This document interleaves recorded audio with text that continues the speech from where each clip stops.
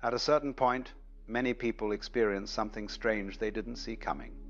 Things that once delighted them, activities that once filled them with enthusiasm and pleasure, suddenly seem to lose their savor. The music doesn't move them anymore. The food doesn't taste as it used to. The company of friends feels hollow.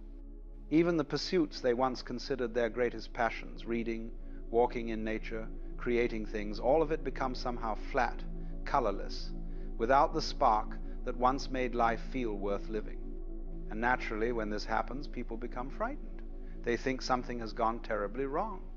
They believe they've become depressed, that they're ill, that there's some chemical imbalance in their brain that needs correcting, or they think they've simply become cynical, jaded, that life has worn them down and they've lost their capacity for joy. And they ask themselves, with genuine desperation, what's happened to me? Why can't I feel anything anymore? But what if I told you that this loss of joy, this apparent flatness of experience, is not necessarily a problem at all? What if this state that seems like death is actually a kind of birth? What if the disappearance of joy as you knew it is simply making room for something else, something you haven't yet recognized, because you're still looking for the old feelings, the old excitements, the old ways of being moved? Let me explain what I mean. You see, most of what we call joy or pleasure in ordinary life is really a kind of relief. It's the satisfaction of a want, the filling of a lack, the scratching of an itch. You're hungry, and then you eat, and there's pleasure in that. But notice the pleasure depends on the hunger. Without the hunger, the eating is just mechanical. You're lonely, and then someone pays attention to you, and there's joy in that.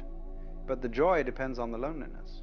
Without the sense of lack, the attention doesn't move you. This is what the Buddha was pointing at when he said that life is suffering, or more accurately, that life is unsatisfactoriness.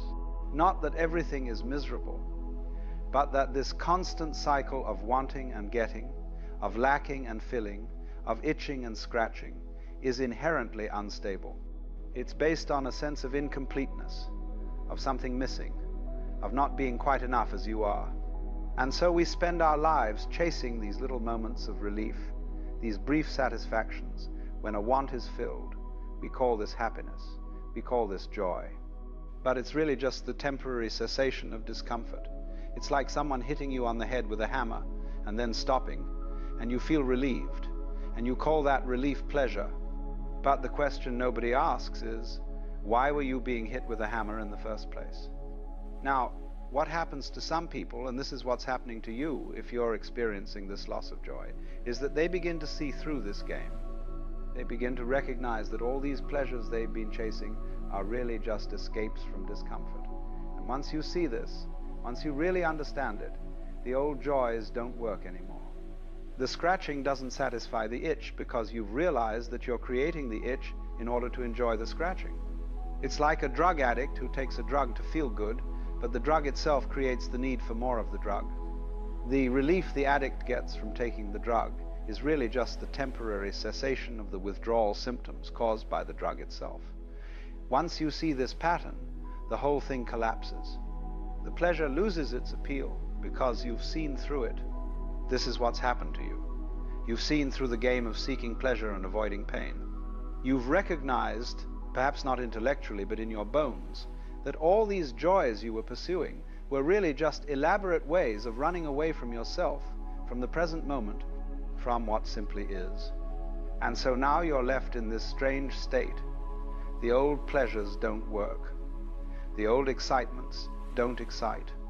You've lost your capacity to be distracted, to be taken out of yourself by experiences and sensations. And this feels like death. It feels like something essential has been taken from you. Like you've become a ghost, going through the motions of life but not really living it. But here's what you must understand. This state is not an end, it's a transition. It's the space between the old way of experiencing life and a new way that you haven't discovered yet.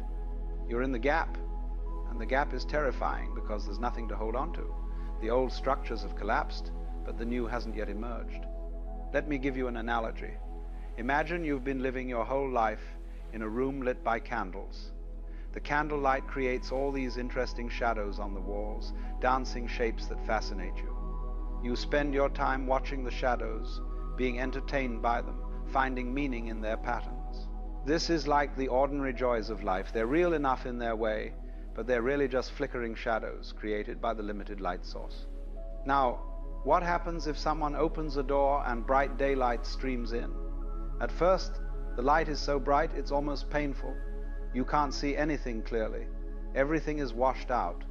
And all those fascinating shadows that kept you entertained, they've disappeared, vanished in the bright light. And you might think, this is terrible, I've lost all the interesting patterns. Everything's become bland and featureless. But you're not seeing clearly yet.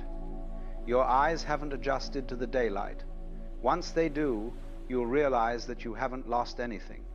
You've gained everything. You're seeing reality directly now, not just its shadows.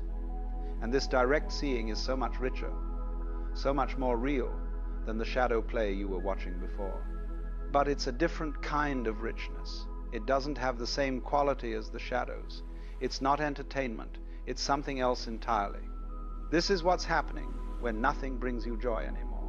The old shadow play has stopped working, but you haven't yet learned to see in the daylight. You're in that transitional period where the old is gone, but the new isn't yet clear. And this period can last quite a while. It's not something you can rush. Your eyes must adjust at their own pace. Now, the usual response to this state is to try desperately to get the old joys back. People throw themselves into new hobbies, new relationships, new experiences, hoping to rekindle that spark. Or they turn to stronger stimulations, louder music, more intense sensations, more dramatic experiences, like someone whose taste buds have become dulled, trying hotter and hotter spices to feel something, anything. But this doesn't work. In fact, it makes things worse. Because what's really needed is not more stimulation, but less. What's needed is to stop running, stop seeking, stop trying to fill the emptiness with experiences and sensations. What's needed is to simply be with what is, without trying to make it into something else. And here's the extraordinary thing that happens when you do this.